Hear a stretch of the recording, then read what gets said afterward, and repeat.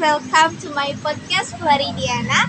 I'm Syahria Rahma Diena, the host for today's discussion on a topic that still has pros and cons, namely should smoking be allowed on campus.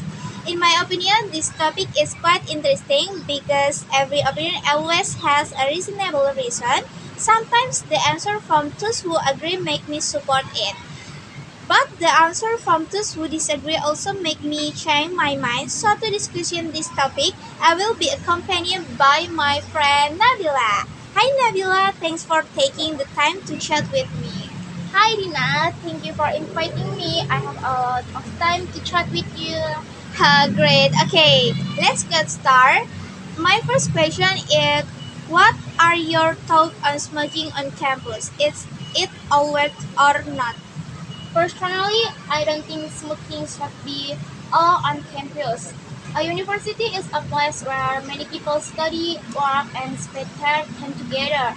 If people smoke on campus, the cigarette smoke spread everywhere and affect people who don't smoke. As a result, non-smoker can become passive smokers simple because they breathe in other people's cigarette smoke. Okay, I can understand that. So, what do you think about people who smoke stating that it's their coach and they have the right? It's not up to others to decide. Yes, I know some smokers often say tithes. I agree that everyone has right. However, non-smokers also have the right to breathe clean air and live a healthy life. Cigarette smoke does stay in one place. It spreads through the air so people nearby end up inhaling too. I believe our rights should never harm other people. Smokers should understand and respect that. Yeah, you're right. And that's very interesting, but I'm really curious. Secondhand smoke really more dangerous than smoking itself?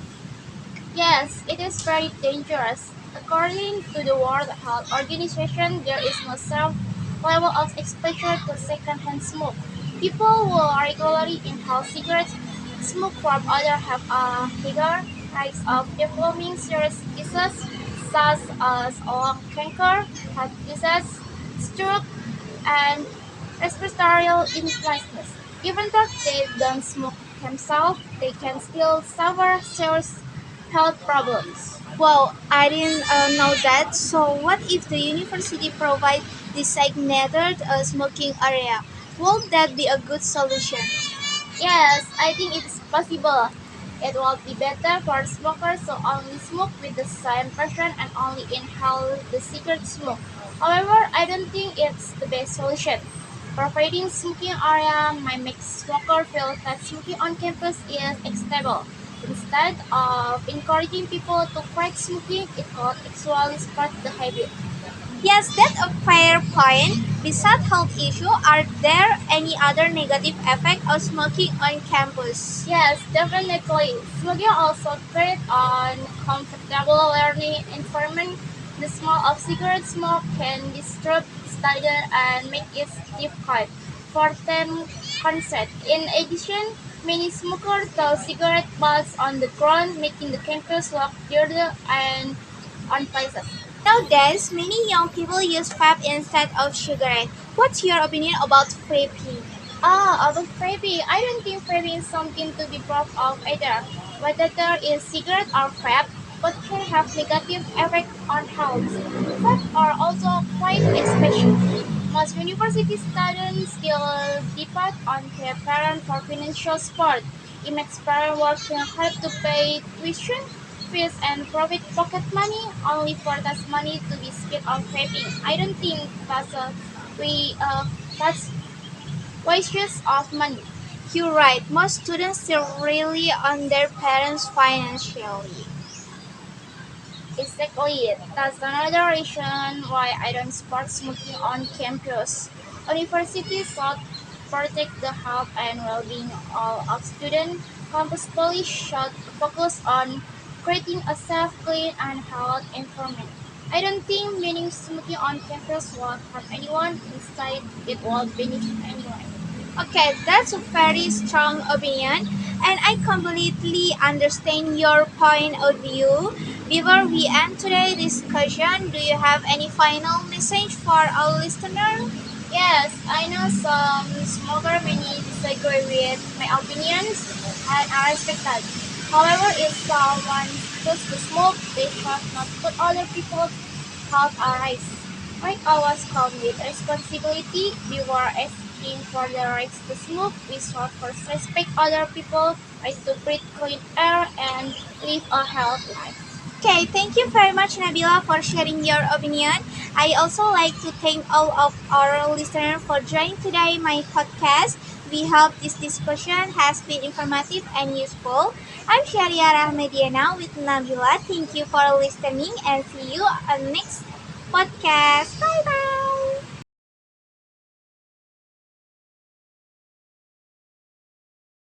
Hello everyone, welcome to my podcast Nanadisa. I am Nabila Dian Santika, the host of today's discussion on the topic the impact of fuel price increases. This issue is interesting because it affects almost everyone, where many daily life are affected by problems like this. So, to discussion this topic, I'm joined my friend Dina. Hello Dina, thank you for joining me today. Hello, Nabila. Thank you for inviting me. It's a pleasure to be here. Okay, Dina, let's start the event, shall we? So, for the first question, I ask, what do you think about the current increase in fuel price? It is a major issue? Absolutely. I think the increase in fuel prices is a very serious issue. I can personally feel the impact because I use online motorcycle taxi service almost every day. Such fuel prices have gone up. I have to spend much more money on transportation than I used to. Really? So, you use online motorcycles taxis almost every day? Yes, I do. I use them whenever I go out, whether it's to work on assignments, meet my friends, or go to campus. Because fuel prices have increased, my daily transportation costs have also increased. So I have to spend a bigger part of my monthly allowance. However, even though I complain about it, I also realize that I'm not the only one who is affected. Online motorcycle taxi drivers are probably suffering even more. If they increase their fares, many customers might think twice before using their service. But if they don't increase the fares, it will be difficult for them to afford fuel. So they're in a very difficult situation. Oh, you're right. Transportation costs are definitely affected. Besides transportation, are there any other impacts? Of course, besides transportation costs, rising fuel prices also cause the price of many goods to increase. Companies have to spend more money on distributing their products, so they usually raise their selling prices. As a result, food, drinks, and other daily necessities become more expensive. If even our basic needs continue to become more expensive, I think it will be much harder for many people to live comfortably.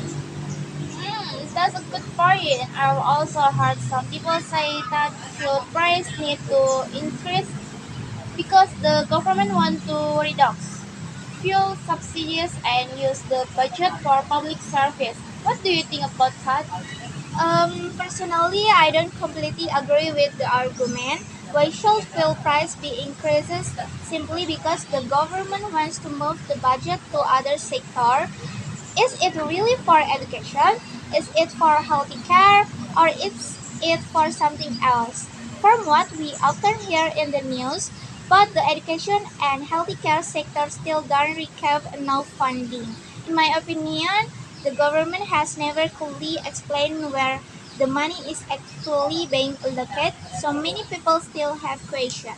That's very honest opinion. Do you think rise fuel price also affect the country's economy? Yes, definitely. According to the World Bank, raising fuel price and increase inflation because transportation and production costs become higher. When inflation rises, the prices of almost everything also increases. In addition, according to the International Monetary Fund, higher fuel prices reduce people purchasing power because they have to spend more money just to buy fuel and meet their daily needs. As a university student, how has the situation affected you personally? It has affected me quite a lot. My monthly allowance increases, but my daily expenses have. Because of that, I have to be much more careful with my spending. Now I always think twice before buying something.